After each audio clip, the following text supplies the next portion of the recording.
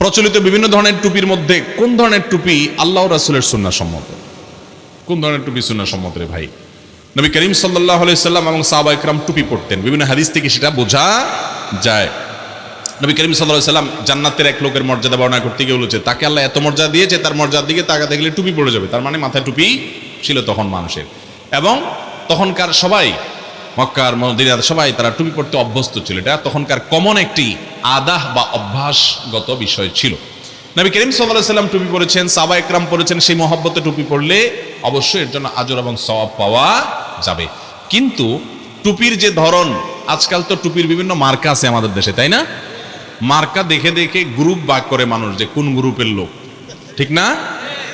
যদি দেখে যে কিরে আমার টুপি আর এর টুপিতে একই মার্কা, তাহলে এটা আমার দলের, আমার পিসাবের, আমার ভাইয়ের, আমার গ্রুপের লোক, ঠিক না? এই টুপি আমাদেরকে ডিভাইড করে দিচ্ছে।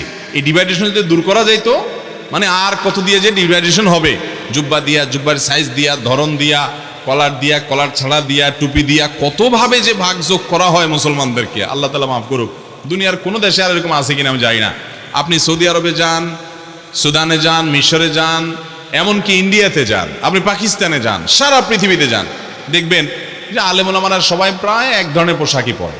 ব্যতিক্রমের পরিমাণ এখানে খুবই কম পাবেন, প্রায় এক ধরনের।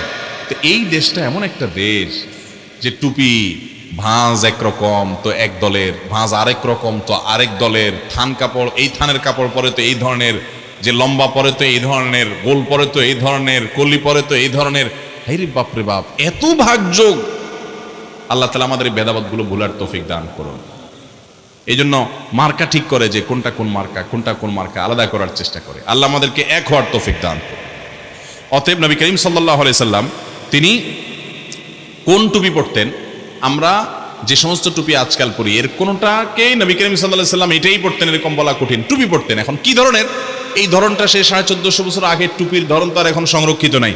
অতএব মাথায় টুপির সুন্নত হয়, মাথায় লেগে থাকে, মাথা ঢেকে থাকে, এরকম যে কোনো টুপি পরলে ইনশাআল্লাহ টুপি পরার সওয়াব নবী সাল্লাল্লাহু আলাইহি সাল্লাম পড়েছেন, সাহাবীরা পড়েছেন, সেই জায়গা থেকে টুপি পড়ছেন, আপনি সওয়াব পাবেন ইনশাআল্লাহ। বিশেষ কোনো ধরনটা পড়তে হবে এমন কোনো কথা নাই।